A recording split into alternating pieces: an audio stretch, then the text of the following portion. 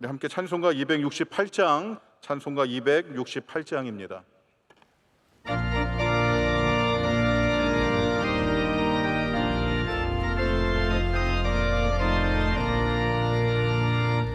죄에서 자유를 얻게 함을 보혈의 능력 주의 보혈 시험을 이기고 승리하니 참 놀라운 능력이로다 주의 보혈 능력이 또다 주의 피 믿으오 주의 보혈 그 어린 양의 매우 귀중한 피로다 육체의 정욕을 이기림을 보혈의 능력 주의 보혈 정결한 마음을 얻게 하니 참 놀라운 능력이로다 주의 보혈 능력이 또다 주의 피 믿으오 주의 보혈 그 어린 양의 매우 귀중한 피로다 눈보다 너희에게 맡기는 것 보혈의 능력 주의 보혈 부정한 모든 것 밝히시니 참 놀라운 능력이로다 주의 보혈 능력이 또다 주의 피 믿으오 주의 보혈 그 어린 양의 매우 귀중한 피로다 구주의 복음을 전할지 모 보혈의 능력 주의 보혈 날마다 나에게 찬송 주니 참 놀라운 능력이로다 주의 보혈 능력이 또다 그의 피 믿으오 주의 보혈 그 어린 양의 매우 귀중한 피로다. 이 시간 우리에게 주시는 하나님의 말씀은 신약성경 고린도후서 3장 12절에서 18절까지 말씀입니다. 신약성경 고린도후서 3장 12절에서 18절의 말씀을 우리 한 절씩 교독하시고 마지막 절 말씀은 한 목소리로 함께 하나님 말씀 읽도록 하겠습니다. 이제 찾으신 줄 믿고 말씀 읽기를 시작하겠습니다. 우리가 이 같은 소망이 있으므로 담대히 말하노니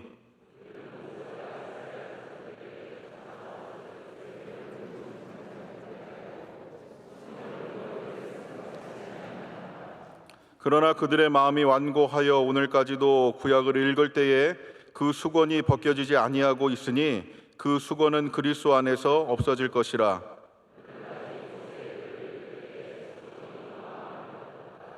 그러나 언제든지 주께로 돌아가면 그 수건이 벗겨지리라. 함께 읽겠습니다. 우리가 다 수건을 벗은 얼굴로 거울을 보는 것 같이 주의 영광을 보매 그와 같은 형상으로 변화하여 영광에서 영광에 이르니 곧 주의 영으로 말미암음이니라. 아멘. 교회 사랑하는 찬양대가 찬양으로 하나님께 영광 돌리겠습니다.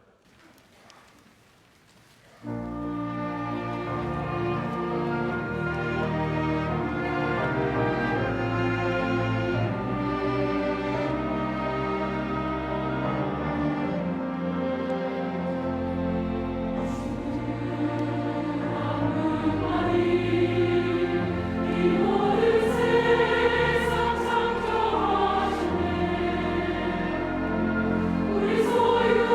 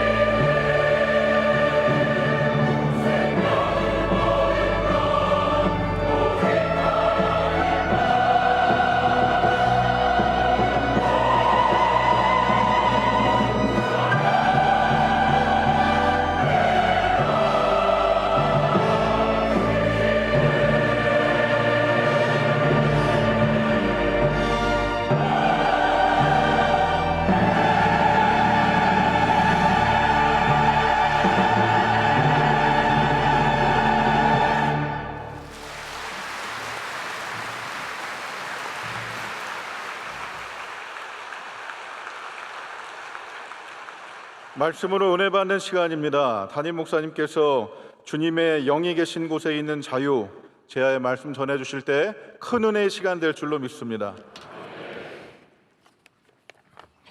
저는 오늘 계속해서 여러분과 이 새 언약, 바로 예수 그리스도로 말미암아 우리에게 주어진 이 새 언약에 대한 말씀을 이제 좀 마무리하고자 합니다. 우리 고린도후서의 말씀, 우리 3장 이제 마지막 부분의 말씀입니다.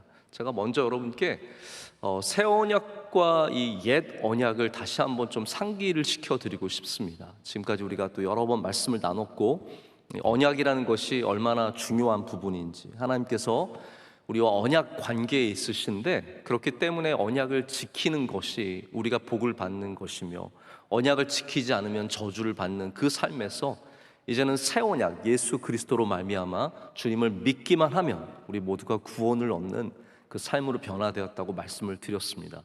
제가 짧게 한번 새 언약과 옛 언약을 비교하는 것을 한번 써봤습니다. 여러분 한번 화면을 봐주시면 이렇게 되어 있습니다. 먼저 제가 옛 언약인가요? 네. 보시죠. 옛 언약은 여러분 보시기에 왼편에 있고 새 언약은 오른편에 있습니다. 옛 언약은 정적입니다. 다시 말해서 이건 새겨진 것인데 그냥 이렇게 멈춰 있는, 그리고 머물러 있는 겁니다. 어쨌든 옛 언약은 이렇게 돌에 새긴 정적인, 스태틱하다고 하죠. 이렇게 멈춰 있는 것인데, 새 언약은 우리 안에서 역사하시는, 그래서 우리 마음에 새겨주신 아주 다이내믹한 그러한 언약이라고 할 수 있습니다. 옛 언약의 영광은 오래가지 않습니다. 오늘 말씀에도 이제 모세에게 있었던 영광, 모세가 그것이 끝날 것을 알았기 때문에 그 영광의 끝남을 보여주지 않기 위해서 수건을 썼다라고 말하고 있는데, 모든 그런 영광은 다 사라지는 것이었지만 우리 새 언약 예수 그리스도로 말미암아 주신 언약은 영원한 영광을 누린다라고 말하고 있습니다. 옛 언약은 우리에게 유죄 판결을 내립니다. 아무리 잘해도 우리가 끝나는 날 결국은 너는 죄인이다, 이것이 결론이죠. 모든 옛 언약의 결론은 우리 모두가 죄인이라는 겁니다. 한 명도 예외 없이 의인은 없나니 한 명도 없다라고 했습니다. 그러나 새 언약은 무엇입니까? 우리는 새 언약을 통해서 이제는 생명의 직분, 그 새 언약이 갖고 있는 생명의 직분으로 말미암아 우리 모두가 죽음이 아니라 생명을 얻게 되었습니다. 옛 언약 유죄 판결은 결국은 우리가 죽는다는 거예요. 그런데 이 새 언약은 우리에게 생명을 주는 것이다라고 말하고요. 옛 언약은 구원에 이르지 못합니다. 우리가 아무리 언약을 잘 지키고 아무리 우리가 그 말씀대로 행한다고 할지라도 구원을 얻는 것은 아니지만, 우리 예수 그리스도는 아무리 부족해도 믿는 사람에게 구원의 역사가 일어난다는 것이죠. 옛 언약이 외적인 형태, 우리가 무엇을 지키고 무엇을 먹고 무엇을 하고 얼마나 걷지 않고 이런 것들에 있었다면, 새 언약은 내 안에 실제적으로 있는 일들입니다. 오늘도 우리 안에서 역사하시는 성령께서 우리로 새 언약으로 이끌어 가주시고, 우리의 힘과 능력으로 하는 것이 아니라 우리 안에 있는 성령께서 우리를 오늘도 끌고 가고 계시다는 거죠. 옛 언약은 모세의 율법이지만 새 언약은 그리스도의 법입니다. 이제 우리는 모세의 율법을 따르는 사람들이 아니라 그리스도의 법을 따르는 사람들이 되어야 합니다. 서로 사랑하라, 용서하라, 오리를 걷고자 하면 심리를 걸어주어라, 속옷을 달라고 하면 겉옷까지 내줘라. 이것들이 바로 그리스도의 법이며 우리가 지켜야 하는 참된 아름다운 그리스도인의 삶의 모습들입니다. 옛 언약은 죄와 사망의 법입니다. 그러나 새 언약은 생명의 법입니다. 우리 모두는 이 새 언약 예수 그리스도의 복음으로 말미암아 생명을 얻게 되었습니다. 옛 언약은 이건 약간 좀 신플라톤주의적인 해석이기도 하지만 그림자에 지나지 않습니다. 온전한 것이 아니라는 거죠. 그림자입니다. 그런데 새 언약은 그 실제라는 것이죠. 그리고 옛 언약은 끝없이 제사로 나아가야만 오늘 하루를 살기 위해서 제사하는 것이지만, 우리 새 언약은 예수 그리스도의 대속 제물로 인해서 우리는 단 한 번의 제사로 영원히 죄사함을 받고 주님의 자녀가 된 줄로 믿습니다. 자, 이렇게 여러분께서 옛 언약과 새 언약을 좀 한번 머리에 담아 두시고 오늘 말씀을 또 들으시면 좋을 것 같습니다. 제가 지난주에 사실 말씀을 못 맺었어요. 기억이 안 나시지만 기억이 나시도록 제가 조금 리마인드를 해드리자면, 지난주에 새 언약은 살리는 언약이다에 대한 말씀을 드렸고, 두 번째를 차마 다 말씀을 드리지 못했어요. 시간이 좀 많이 지나가서. 이 두 번째가 뭐냐면, 새 언약은 의를 베푸는 직분이며 영원한 영광이다. 제가 그냥 본문에 있는 말씀 그대로 읽는 겁니다. 새 언약은 의를 베풀어 우리를 의인으로 만들어준, 죄인으로 만드는 법이 아니라 우리를 의인으로 만드는 법이며, 이것은 하나님 안에 있는 영원한 영광이라는 거예요. 다시 비교하자면, 모세가 가졌던 영광은 금방 사라졌지만 예수님께서 가지신 영광은 영원하다라는 것입니다. 바로 그렇게 비교를 하고 있습니다.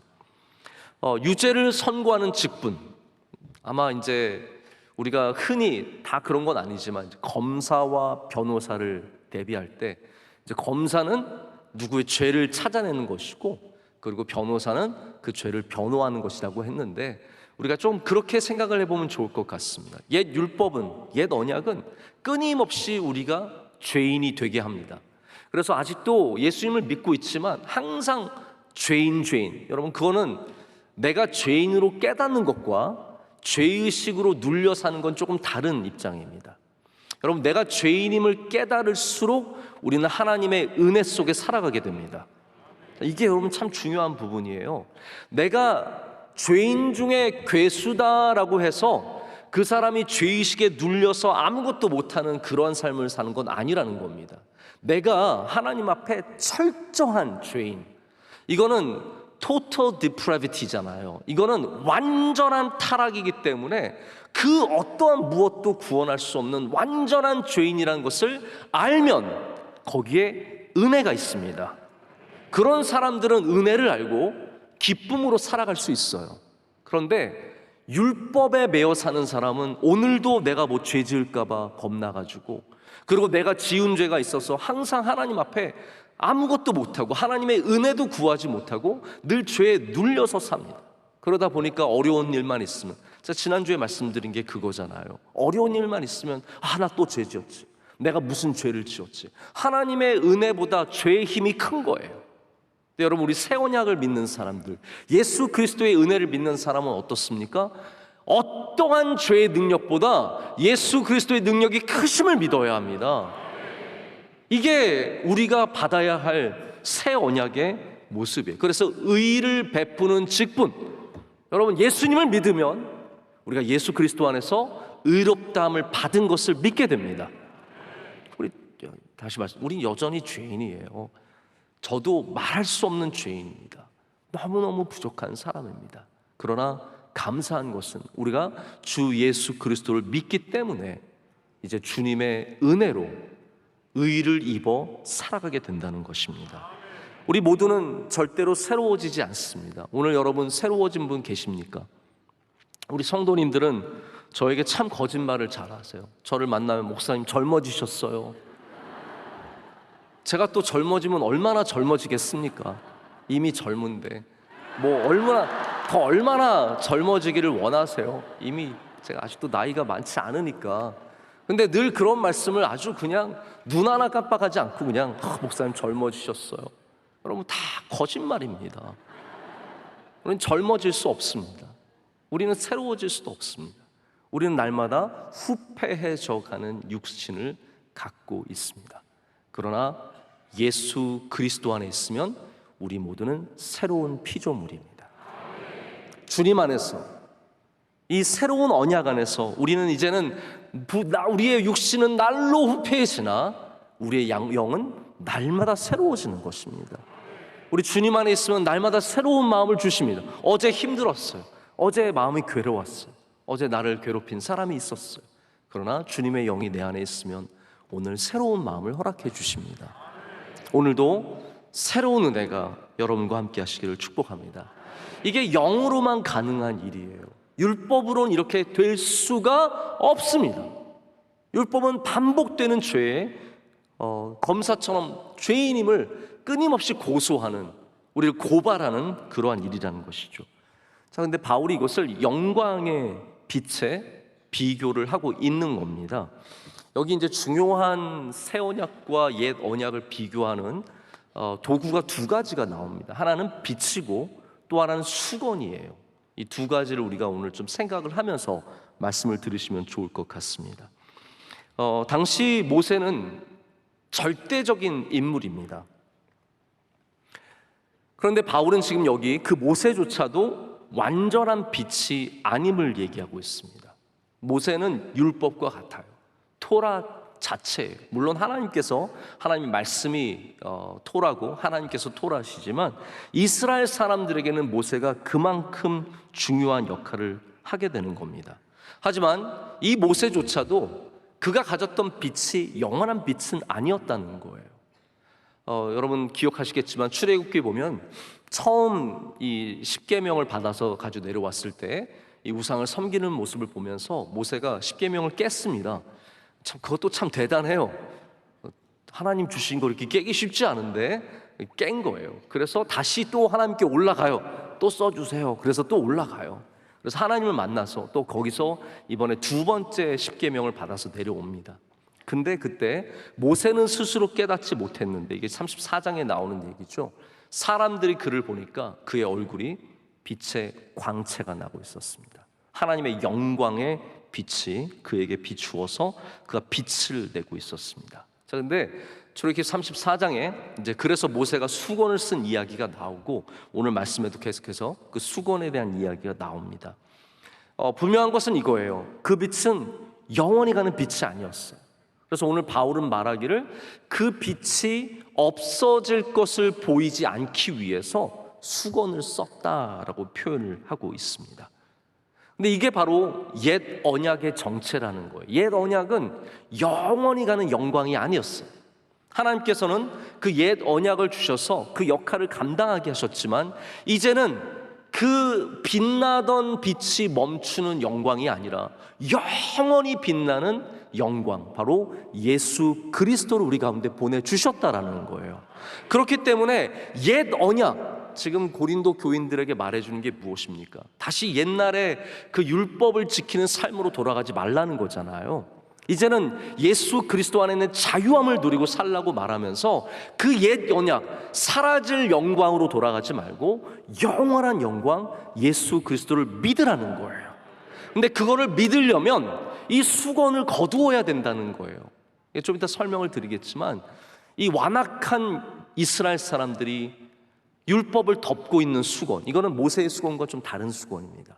수건을 얘기해서 수건이 덮는 역할을 하는 것을 보여준 다음에 그 다음에 이스라엘 사람들이 갖고 있는 수건이 따로 있어요. 이건 뭐냐면 하나님이 보여주신 진리이신, 바로 이 자유의 영이신, 우리를 자유케 하시는 영원한 영광이신 예수 그리스도를 보지 못하게 하는 수건이라는 거예요.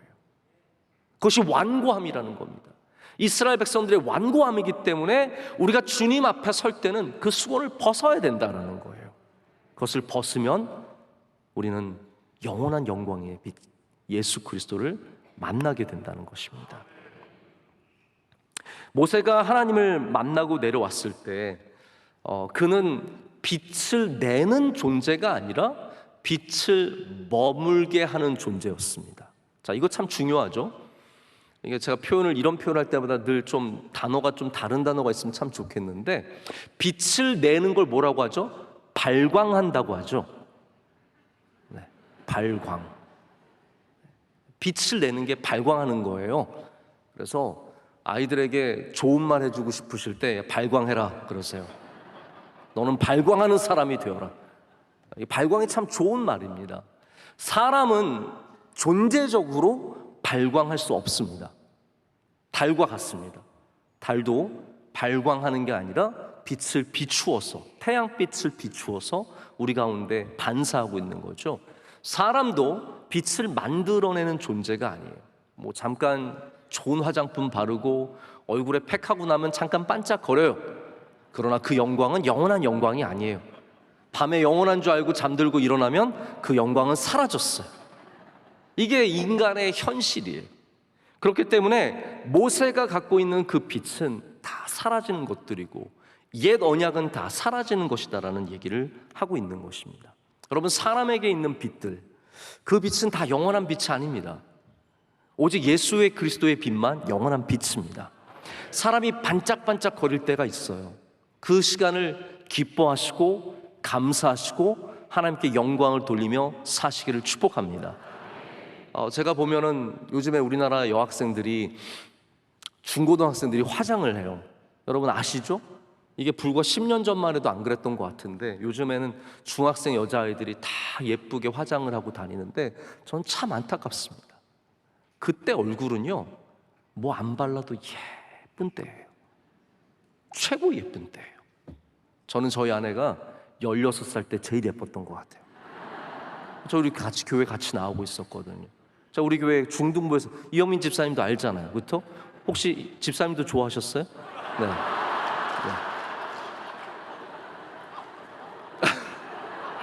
그때 아무것도 안 해도 예쁜 거예요. 근데 그거를 뭐 예쁘게 하겠다고 뭐 엄청 거기다 뭐 바르고 그러니까 너무너무 안타깝죠. 여러분, 사람은 자기가 빛이 나는 때를 귀하게 여겨야 합니다. 그래서 여러분들이 귀한 직분을 갖고 있다? 그거 감사하셔야 됩니다. 왜냐하면 그 빛이 영원하지 않아요. 젊음도 영원하지 않고 모든 것들, 이 세상에 우리 인간들이 누리는 것은 영원하지 않아요. 이 영어 표현에 헤일로 이펙트라는 게 있습니다. 헤일로 이펙트는 뭐냐면, 헤일로라는 단어가 이 뒤에 있는 이런 빛을 말합니다. 보통 이제 뭐 동방 종교나 카톨릭들 그림을 보면 성인들 뒤에 이렇게 빛을 그려놨잖아요. 동그랗게. 그걸 이제 헤일로라고 말하는데, 헤일로 이펙트는 뭐냐 하면 사람이 멋져 보일 때를 말하는 거예요. 예를 들어서 그냥 평범한 남자지만 뭐 사람들끼리 막 있는데 뭐가 고장이 났는데 그 남자가 갑자기 나서서 막 뚝딱뚝딱 하던 걸 다 고쳤어요. 그럼 갑자기 그 남자가 굉장히 괜찮아 보여요. 오, 헤일로 이펙트가 딱 생기는 거예요. 이 사람 굉장히 멋있는 사람이네. 그리고 친구들끼리 모였는데 막 노래했는데 어떤 남자애가 노래했는데 너무너무 잘하는 거예요. 오늘 김정성 목사님처럼 막 그냥 노래를 했는데 막 녹아내리게 잘했어요. 그때 헤일로 이펙트가 생겨요. 그때 좋아하면 손해 많이 보는 겁니다. 왜냐하면 그 멋있어 보이는 순간이 그 사람의 전부인 줄 알거든요. 근데 사람은 빛이 나는 순간이 있지만 또 빛이 꺼지는 순간들이 있습니다. 진짜 사랑은 빛이 날 때만 사랑하는 것은 아닙니다.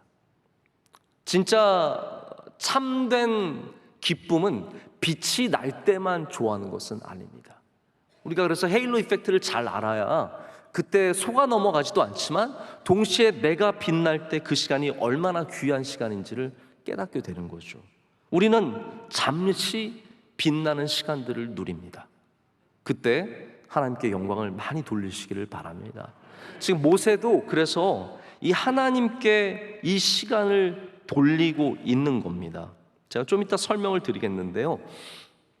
모세가 빛이 났을 때 그때를 자기의 유익을 위해서 쓰지 않았습니다. 가만히 생각해 보세요, 여러분. 모세가 만약에 하나님을 만나고 내려와서 얼굴에 빛이 나고 있으면 그게 자기에게 얼마나 유리한 거예요. 그러나 모세는 그 하나님의 영광의 빛을 가립니다. 왜냐하면 자기가 말할 때, 그래서 십계명을 선포할 때는 수건을 벗었어요. 하나님의 영광을 드러내기 위해서. 그러나 자기가 말할 때는 수건을 썼습니다. 왜냐하면 이거는 나의 말이지 하나님의 말씀이 아니라는 거예요. 그래서 철저하게, 굉장히 겸손하게 이 시간들을 지나가게 되는 것이죠. 이렇게 사람의 빛은, 우리 인간의 빛은 모세라고 할지라도 다 없어진다는 겁니다. 하지만 오늘 11절이 말하듯이 길이 영광 가운데 있는 예수 그리스도의 빛은 영원하다는 말입니다. 우리는 사람의 빛을 따라서 여기에 온 것이 아닙니다. 여기 반짝반짝거리는 사람들, 여기 잘난 사람들, 명성교회 이게 좋대, 누가 유명하대, 여기는 유명한 연예인 누가 나온대. 그럼 우리는 그런 빛을 따라서 온 것이 여기 아니라, 여기에 그렇게 온 것이 아니라 우리는 영원한 빛 예수 그리스도를 따라갈 줄로 믿습니다. 꺼지지 않는 빛, 그 빛이 줄어들지 않는 빛. 태양도 여러분 점점 식고 있습니다. 그게 뭐 드라마틱하게 싣고 있는 것은 아니지만 그 빛이 점점 약해질 것입니다. 하지만 예수 그리스도의 빛은 영원합니다. 교회도 영원합니다. 왜냐하면 우리는 영원한 빛을 따라가고 있으니까요. 그것이 바로 우리가 가져야 하는 믿음의 모습입니다. 바울은 이 이야기를 통해서 내가 누구의 일꾼이냐를 얘기하고 있습니다. 나는 옛 언약의 일꾼이 아니라는 거예요. 내가 이렇게 하는 모든 일들, 내가 주님의 메신저가 되어서 이 복음을 전하고 이 일을 하는 이유는 바로 여기 새 언약이 꺼지지 않는 영광이, 영원한 빛이 여기에 있기 때문입니다 라고 오늘 말씀을 하고 있는 겁니다. 우리 모두들 역시 새 언약 복음의 일꾼들이 되어야 할 줄로 믿습니다. 바울이 이제 12절에 더욱더 담대하게 이 언약을 선포합니다. 소망 가운데, 이 영광의 빛을 이 전할 소망 가운데, 사람들이 영광의 빛을 만나는 그 소망 가운데 이 복음을 다시 한번 강하게 선포를 하고 있습니다. 자, 이제 수건에 대한 말씀이 13절에부터 나오기 시작합니다. 우리 13절 한번 다 같이 읽어볼까요? 다 같이 읽겠습니다. 우리는 모세가 이스라엘 자손들에게 장차 없어질 것에 결국을 주목하지 못하게 하려고 수건을 그 얼굴에 쓴 것 같이 아니하노라. 아멘. 자, 이게 대비입니다. 그러니까 새 언약의 일꾼들은 수건을 벗었다는 거예요.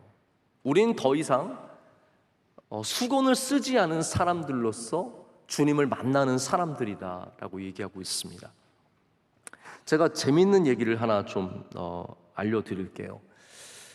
미켈란젤로의 작품 중에 모세가 있습니다. 이 모세의 대리석으로 만든 이 모세의 동상은, 이 상은 정말 아름답고 멋있고 모세의 힘이 느껴지는 그러한 상이에요. 근데 여기 참 독특한 면이 있어요. 한번 제가 사진을 보여드리겠습니다. 이게 바티칸에 가면 있는 모세의 상입니다.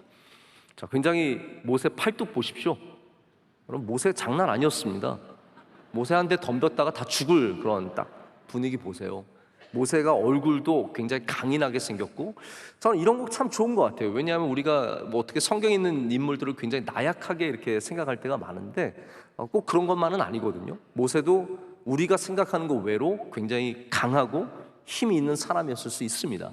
근데 모세의 머리를 한번 보세요. 머리를 보면 뭐가 있습니까? 뿔이 있어요. 뿔이 2개 났어요. 모세는 마귀일까요? 모세는 사탄일까요? 그래서 뿔이 있을까요? 자, 이제 이게 제가 여러분께 설명을 드리고 싶은 부분입니다. 이건 여러분이 상식적으로 아시면 좋기 때문에 제가 보여드린 거고 말씀을 드리는데, 자, 저를 보시길 바랍니다. 이거는 뭐 특별히 말씀과는 특별히 상관이 없지만 기독교 역사 속에서 모세는 중세 때까지 이렇게 뿔이 달린 사람으로서 표현이 많이 되었습니다. 왜냐하면 이 빛을 표현하는 단어가 많지는 않았어요. 근데 이제 히브리어에 이 빛이 뻗어나가는, 그러니까 하나님을 본 다음에 빛이 뻗어나가는 그 단어를 카렌이라고 하는 단어를 씁니다. 카렌이라고 하는 단어를 쓰는데 이 단어는 말 그대로 이제 빛이 뻗어나간다라는 그런 뜻을 갖고 있어요. 근데 히브리어를, 이거를 여러분 아시겠지만 히브리어는 원래 모음을 안 씁니다. 옛날 히브리어들은 모음이 없어요. 모음을 추측해요. 그래서 아담, 에돔 이런 거 다 이제 추측을 해서 전통 속에서 들은 바대로 이어가는 거예요. 그걸 아담과 에돔이 섞여버리면 그걸 알 도리가 없는 거죠.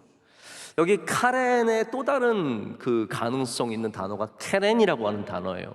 근데 케렌은 뿔이란 뜻이에요. 그런데 불가타라고 하는, 여러분 성경 공부를 하신 분들은 불가타가 뭔지 아실 텐데 최초의 라틴어 번역본입니다. 그러니까 성경이 히브리어나 헬라어, 뭐 셉투아진트 다 포함해서 이 모든 것 가운데 라틴어로 처음 번역이 된 게 이제 불가타인데, 그것을 번역한 사람을 우리가 제롬이라고 하죠. 제롬인데 그분이 번역을 하면서 이 카렌을 케렌으로 번역을 했어요. 그렇기 때문에 라틴어 성경에는 모세가 하나님을 만난 다음에 뿔을 달고 내려온 것으로 된 거예요. 그래서 카톨릭 전통에서 저렇게 영어 성경이 나올 때까지, 많은 번역본들이 나와서 바뀔 때까지는 미켈란젤로처럼 모세가 뿔이 있는 것으로 이해를 했던 사람들이 있었다라는 거죠. 근데 우리는 지금은 분명하게 알고 있습니다. 모세는 뿔을 달고 내려온 거 아니에요. 하나님의 영광의 빛을 갖고 내려오게 됩니다. 그러면서 이 모세가 백성들에게 그 빛을 보여주지 않기 위해서 수건을 쓰는 이야기가 나옵니다. 그럼 왜 수건이 중요할까요? 우리가 출애굽기 34장을, 그래서 오늘 말씀 이 고린도서 3장의 말씀은 사실 출애굽기의 역사를 잘 아는 히브리 사람들, 유대교 사람들에게 굉장히 잘 와닿는 말씀이에요. 왜냐하면 그들이 또한 옛 언약으로 자꾸 돌아가려고 했기 때문에 이 이야기를 지금 바울이 쓰고 있는 겁니다. 바울이 계속해서 모세와 예수님을 비교하고 있는데, 우선은 모세를 비하하는 건 아니에요. 제가 욥기 여러분 말씀을 드릴 때 기억나실지 모르겠는데, 랍비들이 모세에 대해서 뭐라고 얘기했냐면, 하나님을 아는 지식이 100이라고 한다면 그 중에 모세는 얼마까지 안다고요? 99까지 아는 유일한 사람이었어요. 마지막 일이 뭐였다고요? 고난의 이유.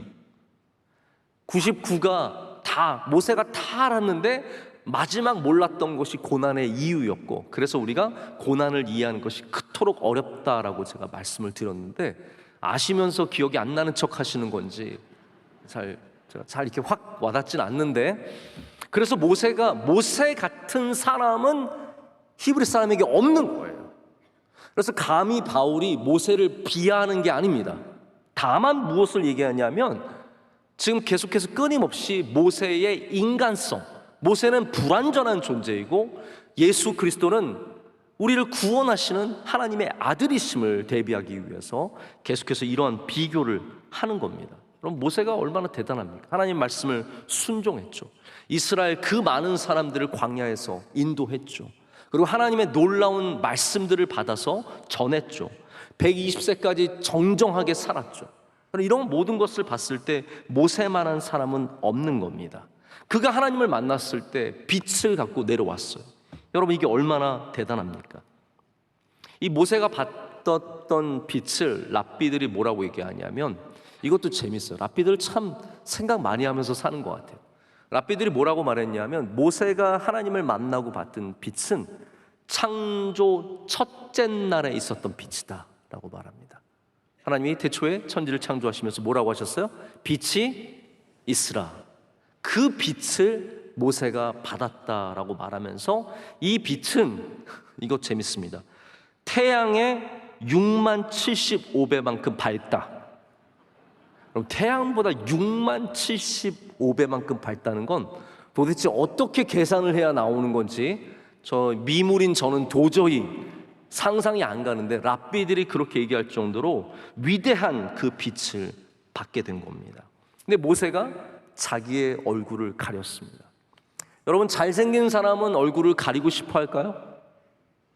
예쁜 사람은 얼굴을 가리고 싶을까요?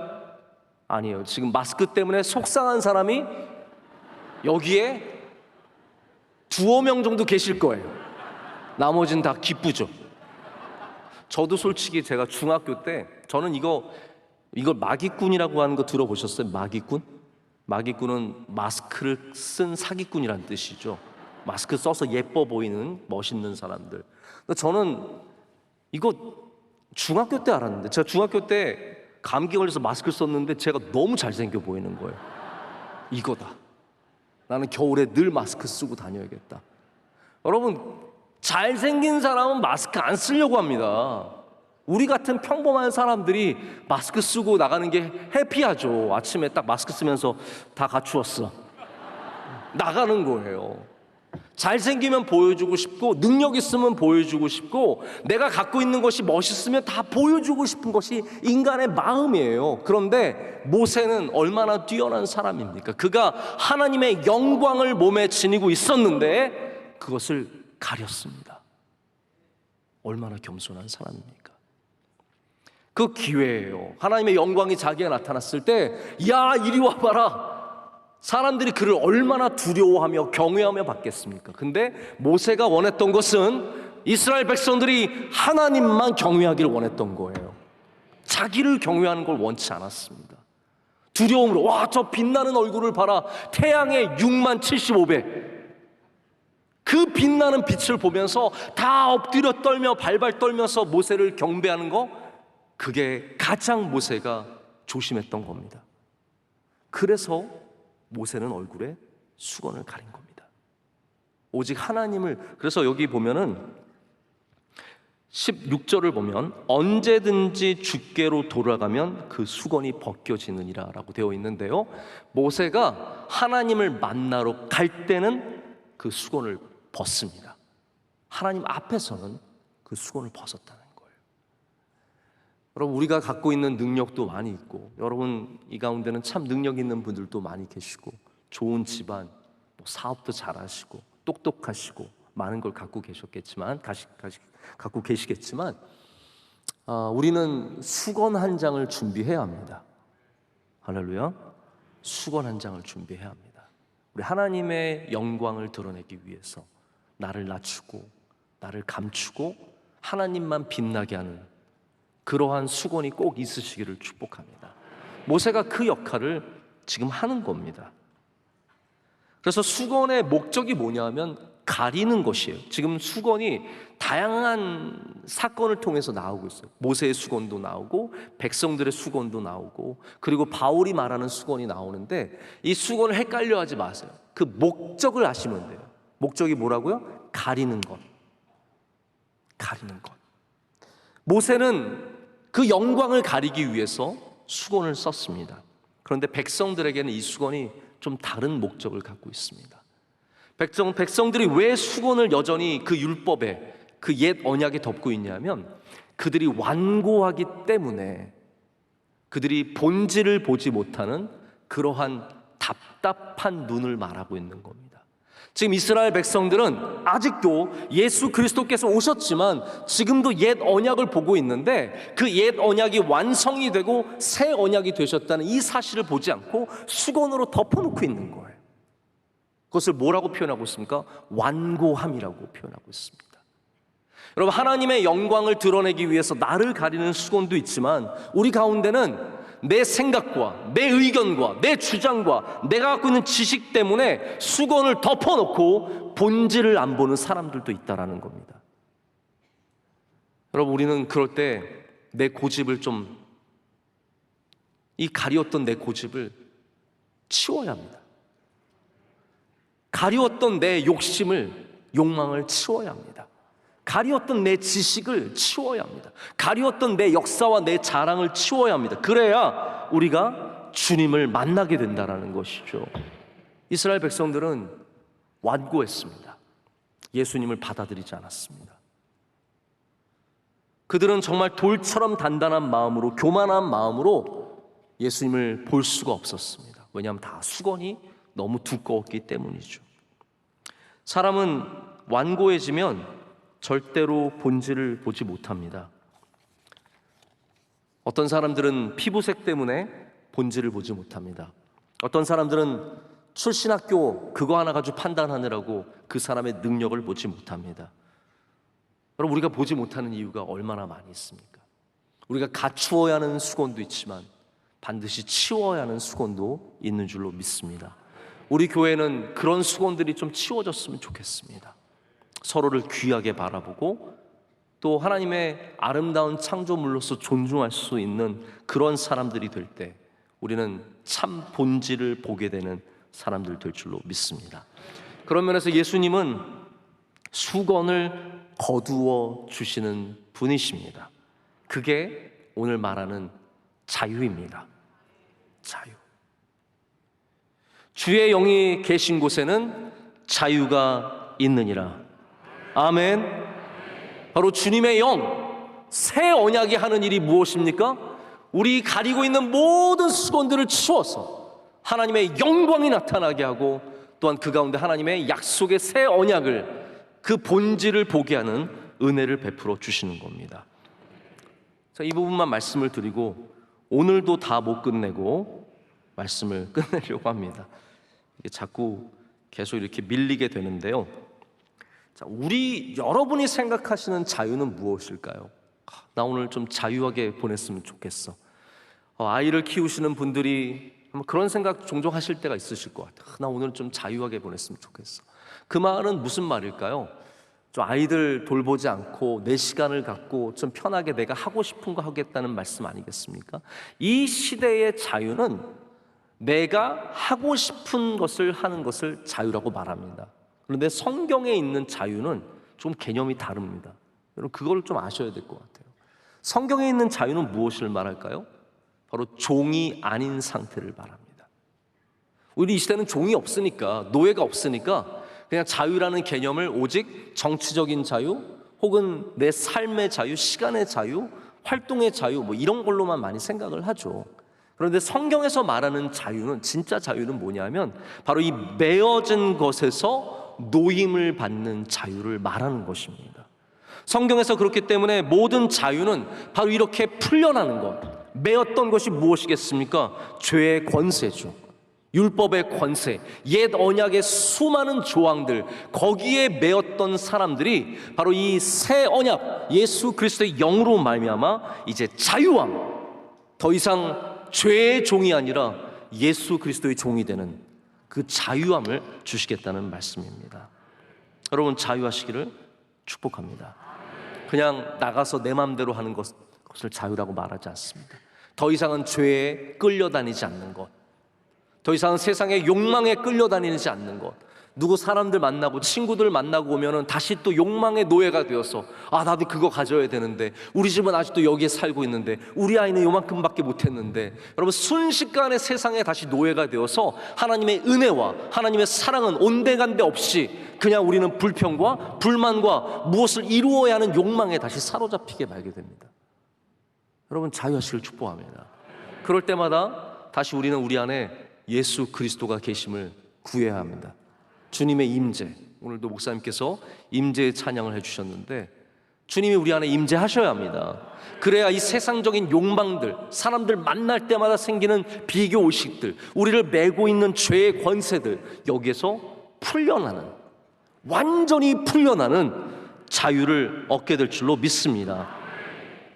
예수님은 우리에게 자유를 주시기 위해 오셨습니다. 그겁니다. 죄의 권세와 세상의 욕망과 모든 헛된 것들로부터 자유를 주시기 위해 오셨습니다. 자, 그러면 누가 자유를 누리는 사람입니까? 오늘 말씀을 보면 주의 영이 있는 사람. 할렐루야. 주의 영이 있는 사람이 참 자유한 사람입니다. 여러분 자유를 다른 곳에서 찾지 마십시오. 오늘 이 시간 주님의 영이 여러분과 함께 하시면 거기에 자유가 있습니다. 모든 옛 언약들, 우리를 구속하는 것들, 잠깐 반짝거리는 것들에 매이지 마시고 영원한 영광 예수 그리스도 주님께 매이는 우리 모두가 되기를 간절히 소망합니다. 우리 마지막 찬양을 해도 좋지만 이렇게 귀한 목사님을 모셨는데 우리 마지막에 목사님 찬양 한두 더 들으면 얼마나 좋을까요? 네, 해주시고, 네, 감사합니다.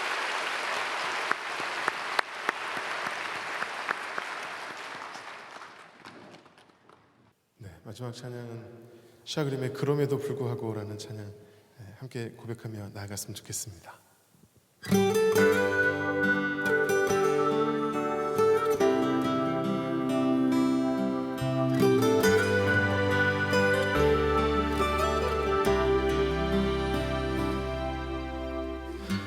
마음속에 어려움이 있을 때, 마음속에 어려움이 있을 때, 마음속에 어려움이 있을 때 주님 내게 먼저 오사 내 마음을 만지고 주님 앞에 나아올 수 없을 때, 주님 앞에 나아올 수 없을 때, 주님 앞에 나아올 수 없을 때 주님 날 먼저 안으시네. 그럼에도 불구하고 날 사랑하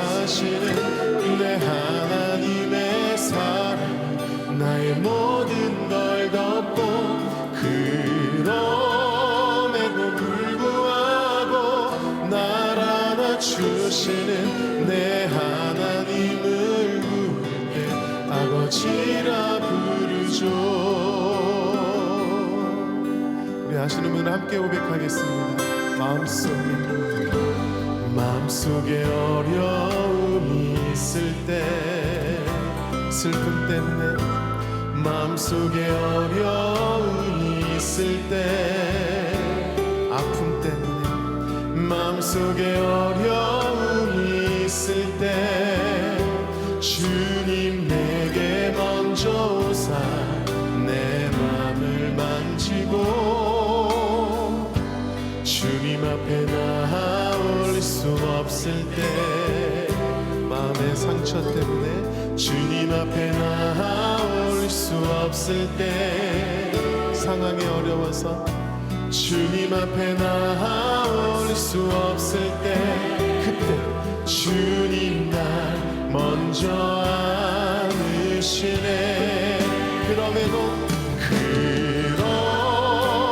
불구하고 날 사랑하시는 내 하나님의 사랑, 나의 모든 걸 덮고, 그럼에도 불구하고 날 안아주시는 내 하나님을 부를 때 아버지라 부르죠.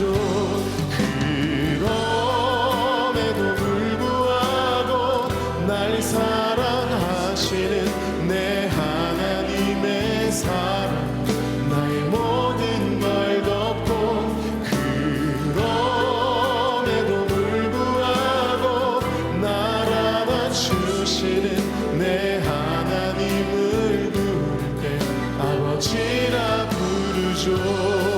한번 들어보세요. 내 하나님 그분은 아시죠. 어려운 말로 위로하지 않죠. 너의 한숨을 내가 들었으니 염려하지 말라 했죠. 내 하나님 그분은 아시죠. 어려운 말로 위로하지 않죠. 너의 한숨을 내가 들었으니 염려하지 말라 했죠. 내게 목소리 높여 그럼에도 불구하고 날 사랑하시는 내 하나님의 사랑, 나의 모든 걸 덮고, 그럼에도 불구하고 날 안아주시는 내 하나님을 부를 때 아버지라 가슴에 손을 얹고, 그럼에도 불구하고 날 사랑하시는 내 하나님의 사랑, 나의 모든 걸 덮고, 그럼에도 불구하고 날 안아주시는 내 하나님을 부를 때 아버지라 부르죠. 내 하나님을 부를 때, 내 하나님을 부를 때, 내 하나님을 부를 때 아버지라 부르죠. 우리를 사랑하신 주님께 감사의 박수를 드리겠습니다.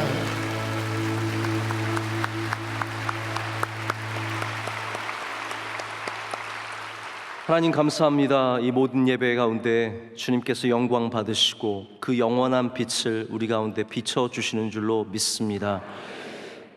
예배에 헌신한 주의 종들을 기억하여 주시옵소서. 우리 주님의 사랑하시는 종 김정석 목사님 그 사역이 복되게 하시고 가정과 교회 주님의 크신 은총이 넘쳐나게 하여 주시옵소서.